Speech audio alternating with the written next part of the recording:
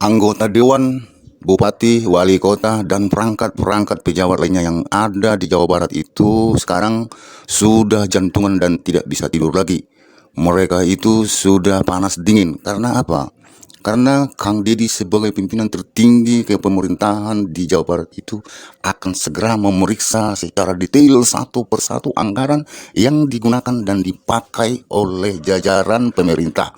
Seperti misalnya jajaran daripada bupati, apa manfaat dan kegunaan dana anggaran yang sudah dikucurkan dan dipakai selama ini dan ke arah mana dilakukan uang itu dipergunakan, proyek-proyek apa yang sudah misalnya dikerjakan, dan Kang Deddy ini nanti akan teliti dan lihat satu persatu. Karena apa?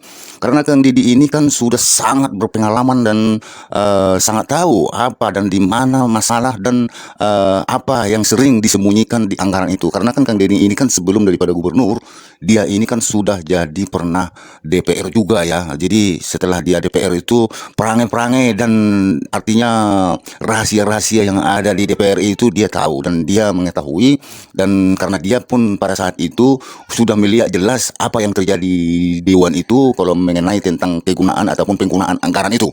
Dan Kang Deddy ini juga sudah pernah menjabat sebagai bupati. Jadi bagaimanapun di tingkat bupati itu dia paham dan mengerti bagaimana untuk artinya menggelapkan ataupun memakai anggaran ini supaya anggaran ini ada di luar daripada pemakaian yang betul-betul dipakai kepada proyek, tapi selebihnya lagi ada yang dipakai untuk mereka-mereka, untuk boleh dikatakan dengan bahasa pejabatnya itu dikorupsi gitu ya. Anggaran ini bisa dikorupsi gitu, dari uang-uang ataupun anggaran-anggaran yang real dikucurkan itu bisa dibuat ataupun dikorupsi mereka gitu. Jadi Kang Deddy ini bisa paham dan mengerti bagaimana misalnya cara-cara mereka itu melakukan perkorupsian itu. Jadi Kang Deddy ini paham sekali. Jadi mulai daripada bupatinya itu, wali kotanya, DPR-nya, inilah tingkat yang paling tinggi di situ ya. Jadi dia akan teliti satu persatu anggaran itu. Apabila anggaran ini akan melenceng, akan disebarluaskan kepada seluruh masyarakat dan masyarakat bisa mengetahui, dan pejabat yang berwenang tentang korupsi pun akan tahu dan akan segera menindaklanjutin perkara ini. Jadi boleh dikatakan di Jawa Barat itu kemungkinan Kang Deddy ini sudah melihat arahnya perkorupsian itu sudah mulai berjibun ya, sudah mulai berlomba-lomba korupsi kayaknya seperti itu, dan dia melakukan tindakan ini dan dia membuat suatu gebrakan seperti ini agar perkorupsian ini jangan terlalu membabi buta begitu di setiap anggaran-anggaran yang sudah dikucurkan oleh negara begitu. Karena kita tahu sendiri ya, pemerintah ini kan ataupun anggota dewan lah itu namanya itu yang dari pemerintah ASN lah ataupun PSN lah, kan orang ini kan mayoritas ini otak mereka ini kan berlomba-lomba gimana caranya mengambil duit ini, gimana caranya untuk menguasai duit negara ini. Kan otak mereka kan seperti itu, bukan bekerja mereka ini. Otaknya ini bukan bekerja, artinya bukan mereka berpikir bagaimana supaya uang ini bisa menjadikan masyarakat begitu. Bukan begitu, bukan seperti itu mereka berpikir. Bagaimana mengkarung uang negara ini. Itulah otak-otak mereka ya. Terbukti sampai sekarang seperti itu. Walaupun Prabowo berpidato berapi-api cuma hanya omong-omong di pidato-pidatonya tentang korupsi ini, tapi merajalela semua, enggak ada ampun-ampunnya mereka, enggak ada kapok-kapoknya mereka itu. Tidak ada gunanya pidato-pidato Prabowo itu, seolah-olah bagi mereka itu cuma omong-omong itu, omong-omong bagi mereka itu tak ada guna, tak pengaruh sama sekali, sedikit pun tak ada pengaruh. Hanya 10% pun tak ada pengaruh sama mereka itu pidato-pidato dia tentang korupsi. Karena apa? Pak Prabowo ini tak ada bukti. Tak ada bukti, dia hanya omong-omong di podium-podium gitu, ngomong pidato, enggak ada tindak lanjut ke lapangan, tidak ada.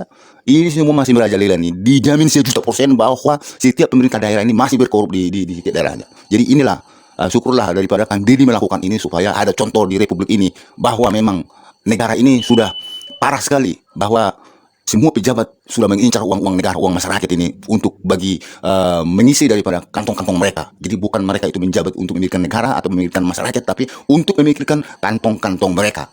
Begitu juga proyek. Kalau orientasi pikiran manusia ketika dapat pekerjaan untung yang utama lebih dulu, maka dia sudah memisahkan dan mengurangi. Kalau dengan mengurangi menjadi problem, Pak. Tembok-temboknya tidak tertata, jalannya tidak beraturan, drainasenya berantakan. Maka hari ini kalau ditanya, Kang Deddy ngapain sih detil seperti ini? Nggak bisa ngurus birokrasi, gubernurnya nggak detil. Nggak bisa ngurus birokrasi, wali kotanya nggak detil. Nggak bisa, ditipu. Saya lewat ke sebuah jalan, saya lihat ada proyek drainase. Loh, saya bilang kok drainasenya nggak nyampe sungai? Pak, kurang 200 meter, Pak, anggarannya nggak ada. Saya nggak ada urusan, selesaikan. Bila perlu kita iuran, kenapa? Fungsinya jadi tidak ada. Nah, Ini harus dibangun. Untuk itu kan tadi bicara, pasti saya perhatikan anggarannya berapa sih? 1,7 triliun, gede saya bilang. Penduduknya berapa? 350.000. Wah, ini bisa. Caranya bagaimana? Wali kotanya detil, lihat digit anggarannya. Dan nanti bulan Juli, karena saya ingin percepatan, saya akan ngundang wali kota, sekda, kepala bapeda, kepala bapenda. Saya akan baca anggaran kota Cirebon, Kabupaten Cirebon, seluruh Jawa Barat, satu digit. Dan saya akan masukin ke media sosial saya biar rakyatnya tahu. Biar rakyatnya tahu. Wah, ini nyumputinnya di sini saya tahu.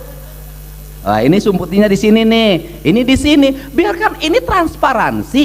Kalau ingin transparansi, publik harus tahu detil isi anggaran kita. Jangan ragu lagi, kasih tahu. Kenapa?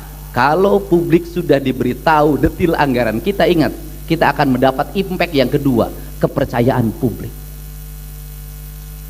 Kalau kepercayaan publik sudah tinggi, Anda terus bekerja untuk publik, Anda dihujat siapapun, digempur oleh buzzer manapun, ada yang bela rakyat, bukan buzzer, bukan influencer. Kenapa? Rakyat tahu bahwa kita bekerja untuk mereka.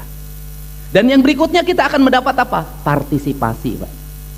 Pak Wali kalau sudah menjalankan anggaran dengan transparan, detil, tidak ada yang disembunyikan, Pak Walinya bersikap sederhana, akan banyak para pengusaha yang datang kepada Bapak ingin memberikan dana CSR-nya untuk kemajuan kota Bapak. Kenapa?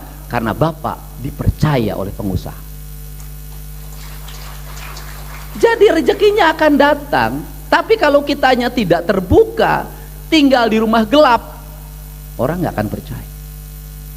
Nanti rakyat bayar pajak pun susah. Kenapa pajak kendaraan bermotor di Jawa Barat hari ini terus meningkat? Karena saya memperlihatkan bahwa ini duit pajak, ini untuk jalan, ini untuk PJU, ini untuk drainase, ini untuk taman di pinggir jalan. Setiap hari saya tayangkan pembangunannya, berapa nilainya, siap kontraktor mana yang mengerjakan, kemudian lamanya berapa, kemudian yang bekerja berapa orang, terus saya jelaskan. Dan orang boleh koring, silahkan cek ketebalannya bener nggak, lakukan semua. Kalau sudah dipercaya, kemanapun pergi, maka orang tidak akan mengkhawatirkan kita. Kalau istri Pak Wali percaya sama Pak Wali, maka tidak perlu lagi di mana, video call dulu, sebelah sini nggak usah. Dia percaya. Kayak Pak Dudung dipercaya oleh istrinya, kemanapun pergi tak pernah ditanya. Nah, ini penting, Pak, trust. Nah, karena ini trust, yang berikutnya apa yang didorong? Nilai eskalasi sejarahnya, lingkungannya dibangun. Kalau saya tidak pernah ada yang nanyain, Pak, yang peduli pun tidak ada, Pak. Ini kan kota, Pak, di kota batasnya di mana? Sampai hari ini orang blank, Pak, kota Cirebon sama Sumber itu sebelah mana? Blank, Pak. Bapak bikin, bukan mau perang, Pak, bukan, bikin batasnya sebelah mana kelihatan, bikin terial geografiknya, apa yang membuat khasnya kota Cirebon, apa yang membedakan dengan Kabupaten Cirebon. Setelah itu antar kelurahannya Bapak bikin desain batas-batasnya, gapura-gapura gang-gangnya ditata dengan baik. Kemudian selesaikan kemiskinan di kota Cirebon, rumah-rumah rakyat miskinnya segera diperbaiki dan ditata dengan bangunan khas Cirebon. Ya, kemudian setelah itu apa lagi? Beresin tuh yang minum ciu di pinggir jalan, Pak. Ini kotanya kota wali, Pak. Masa di kota wali anak-anak mabau ciu, Pak? Masa di kota wali ada anak-anak tawuran? Janganlah. Nah, iya, itu tramadol, eksimer yang di pinggir jalan tuh ambil tindakan tegas, bersihkan, Pak. Kenapa? Kenapa saya ngotot terhadap ini? Karena ini adalah ekonomi. Di mana letak ekonominya? Saya buka. Bahwa anak-anak muda itu adalah objek dari pasar.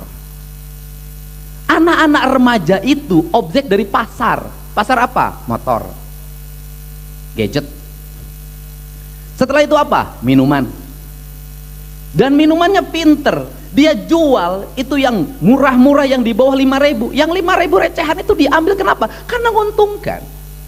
Saya lagi nanganin 2 pasien dari Sumatera Selatan hari ini, narkoba. Di Dia konsumsi narkoba sejak SMP, belinya 50 ribuan, sabu-sabu, itu dapat sedikit, tapi dijualin karena ini pangsa pasar. Anak-anak kita, anak-anak remaja kita, adik-adik kita adalah pangsa pasar. Dia adalah pasar dan ada predator yang mempersiapkan dirinya untuk menjadikan mereka sebagai sumber ekonomi.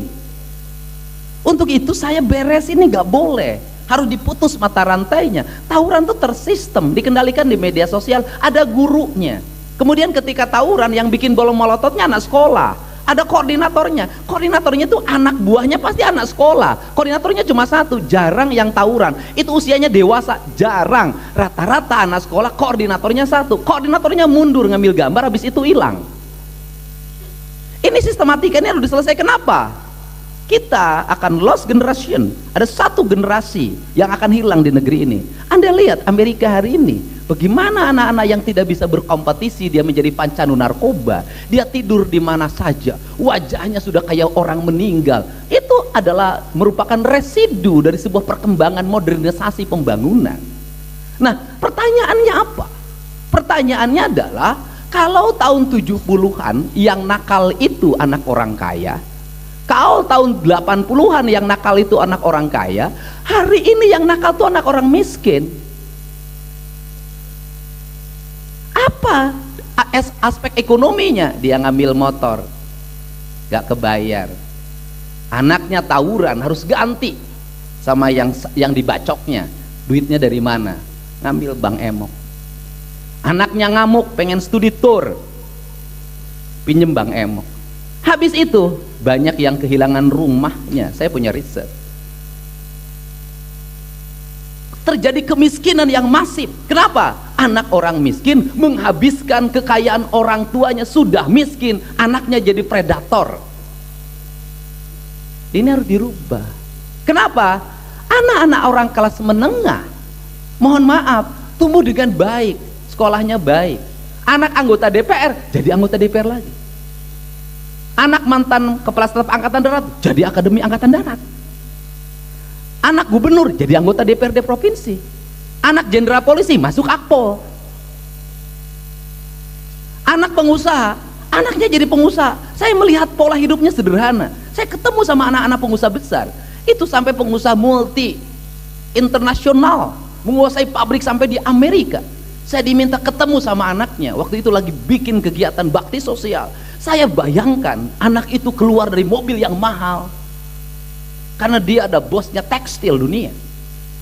Ternyata saya ketemu pakai sendal jepit, dia bawa tenteng tas istrinya, dia gendong anaknya tanpa pembantu, pakai mobilnya itu murah banget, sederhana banget, padahal dia adalah putra mahkota yang mengendalikan kendaraan bisnis. Orang-orang kelas menengah hari ini sudah mempersiapkan generasi-generasi bagi anak-anaknya masa depan. Pertanyaannya, dulu kita ini aktivis tahun 90-an. Saya tidur di masjid tiap hari. Jadi penulis pidato ketua DPD Golkar zaman itu.